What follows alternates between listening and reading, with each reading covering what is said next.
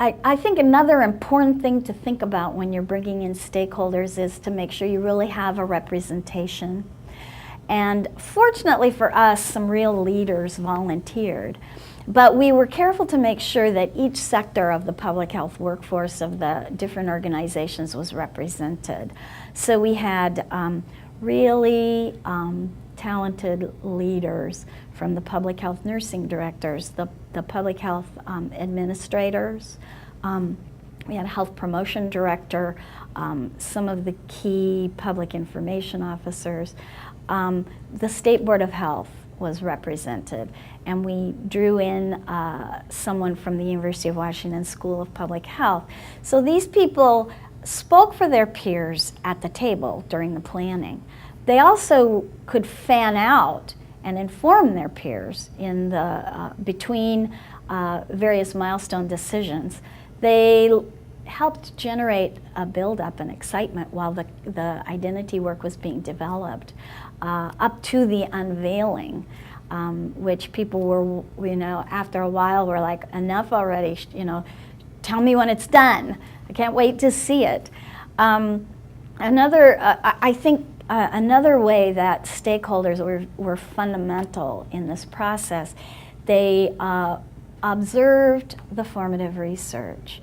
Everyone on the committee was invited to come and watch the focus groups, listen in on a teleconference focus group or telefocus group. They heard the research reports. I made sure that those meetings, that there was good, solid attendance. We very carefully scheduled the meetings, not only so that just the most people could come, but that there was still a good cross-section if some people couldn't make it. So they observed the research, they heard the research, they helped kick off the event by informing the research. We had 2 leadership workshops where we brought in around 70 people from all over Washington State to help set the goals and objectives of the program at the start and to learn what is a strong brand and how does it apply to what we're doing here. And then we brought them in a second time to unveil the research findings and to query people about what will you use, what would help you, what do you need, what form should it take, so that when we went into campaign development, we were doing it for those specific, those people's specific needs. This was not a particularly well-funded effort, and that forced us to be more strategic. But you know what? It turned out to be just what people needed. Some of our partners really felt like we needed to get on the rooftops and shout it out. We need a statewide public awareness campaign. But my key advisors on the advisory committee said that we don't need that. We're government. We're poorly funded.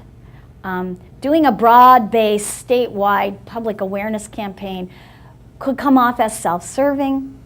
It could backfire.